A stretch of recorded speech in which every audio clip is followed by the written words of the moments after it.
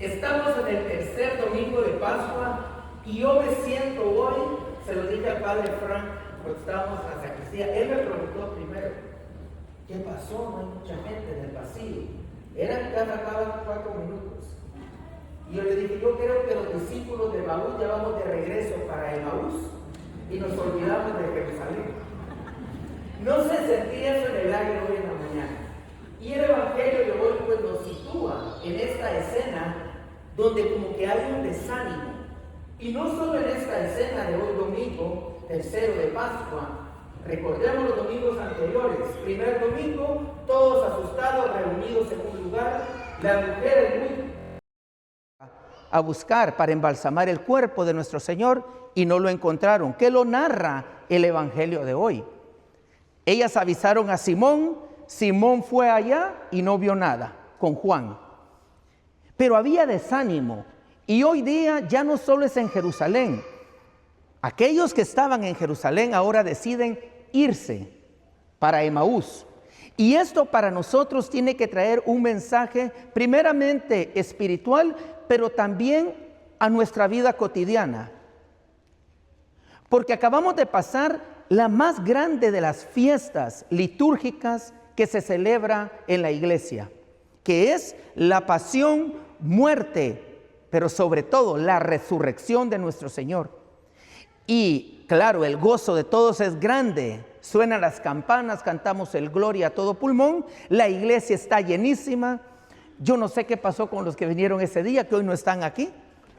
Los felicito a ustedes que sí están. Porque a veces pareciera que solo estamos cuando hay mucha fiesta. Pero cuando empieza el caminar de nuevo, es cuando muchos nos vamos quedando sin ánimo.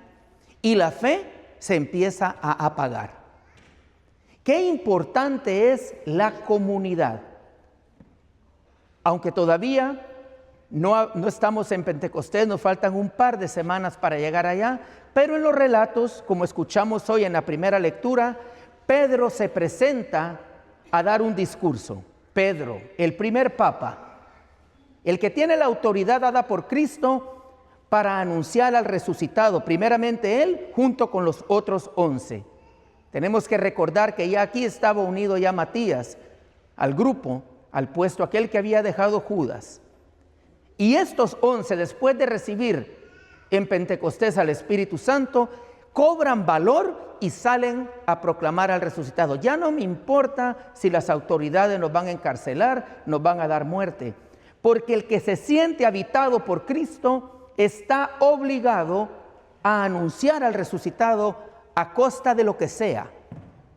Pero muchas veces los problemas que traemos, que todos tenemos, aquí ni uno solo nos escapamos de los problemas de la vida. Todos, hermanos, tenemos dificultades en nuestra vida.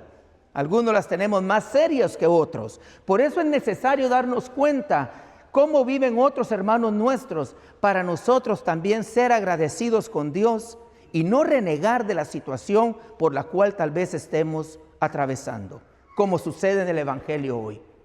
Por eso esa primera lectura nos debe animar a primero sentirnos agradecidos porque Dios quiso reconciliarnos con Él por medio de su Hijo. Esa es la adopción filial que tenemos y muchos hermanos nuestros entraron a esa adopción filial en la vigilia pascual en el bautismo.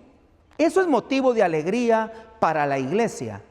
Eso es lo que Pedro anuncia. Eso es lo que hoy en día también el Santo Padre, el Papa León XIV, está anunciando a nuestros hermanos en África, que Jesucristo está vivo. África, el continente de la esperanza, porque allá ellos sí luchan por la fe. Ellos mueren por declarar a Cristo vivo y resucitado. ¿Y tú y yo qué hacemos aquí?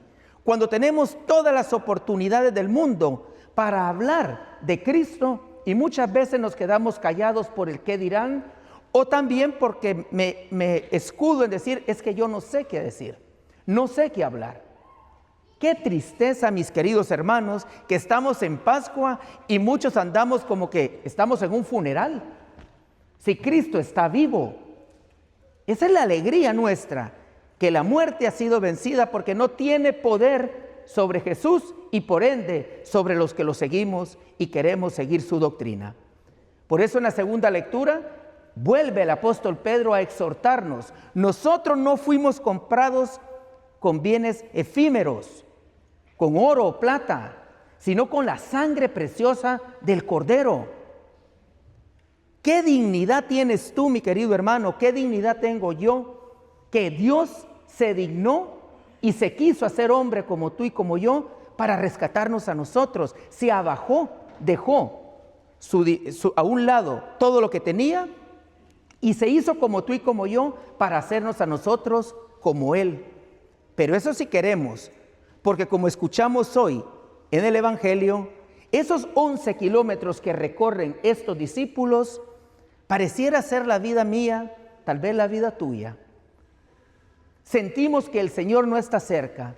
Sentimos que el Señor no responde a nuestras oraciones. Sentimos que el Señor no nos escucha y empieza el desánimo. Me empiezo a alejar de Jerusalén. Yo no sé en qué kilómetro de la vida vas tú. Y tendrías que hacerte la pregunta si vas camino a Emaús o si vas camino a Jerusalén. Porque en Jerusalén está el resucitado. En Jerusalén está la comunidad. En Jerusalén aconteció todo aquello que hoy celebramos como la victoria de Cristo sobre la muerte. Y el miedo mío tal vez me dice, aléjate de ahí, porque eso no es bueno para ti. Y empiezo a caminar, sepa Dios con quién, porque aquí van 2 discípulos, no va solo, van 2, pero los 2 van tristes, van hablando de sus penas. Las personas con las que tú te juntas, ¿de qué hablan? ¿Cuál es el centro de sus conversaciones? Tal vez el desánimo que se vive ahora, la persecución que hay contra nuestros hermanos inmigrantes, que existe, claro que existe. Pero eso no es el fin, queridos hermanos. Tal vez la enfermedad, que también existe, pero no es el fin. Tal vez la pérdida de un ser querido, que nos pasa a todos, pero ya sabemos que eso tampoco es el fin. Por eso, aún cuando vamos de regreso al mismo lugar de donde Cristo nos rescató, ahí viene Cristo a nuestro encuentro, para caminar y para llorar y para abrazarnos en ese momento donde más solos y débiles nos sentimos. Pero tenemos nosotros, queridos hermanos, que abrir nuestra casa para que Él pueda entrar, como ocurre en este Evangelio. Este Evangelio, los teólogos, los exégetas de la Biblia, llegan a decir que es una misa. Cristo se presenta, explica las Escrituras, qué es lo que pasa aquí en la primera mesa de la misa, la mesa de la palabra, y después lo reconocen al partir el pan. Muchos de nosotros tal vez no nos arde el corazón cuando oímos la palabra de Dios, porque estamos duros y lerdos para entender. Parece que nunca hayamos sido bautizados y se nos ha dado toda la gracia para poder conocer y reconocer, como dice el Evangelio de hoy, a ese Dios que se quedó vivo aquí en este altar, allá en esa pila bautismal y en cada uno de los sacramentos de la Santa Iglesia, donde es Cristo el que opera cada uno de ellos. Pero muchas veces la tristeza, el desaliento, la situación económica, la situación con mis hijos, mi matrimonio, no puedo reconocer a ese Dios que está saliendo al encuentro para caminar conmigo. ¿Qué necesitamos para reconocerlo? ¿Qué necesito yo para de veras dejar entrar a Cristo en mi corazón y poderlo reconocer?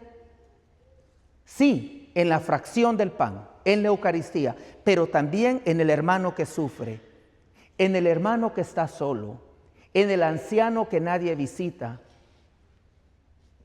en aquel que no piensa como yo, en mi cónyuge, en mis hijos. ¿Qué necesito yo para reconocer a Cristo ahí? Hoy, pues, queridos hermanos, en esta Eucaristía, pidamos la gracia a Dios primero, que podamos reconocerlo aquí en este altar donde se va a hacer presente en unos minutos, pero que al igual que los discípulos de Emaús, llenos de Él, salgamos por estas puertas a proclamar que Cristo está vivo y que también va al encuentro de aquel que está allá afuera, y a ese también hay que traerlo a la Jerusalén, para que se nutra de este altar, escuche su palabra y que arda su corazón. Que así sea.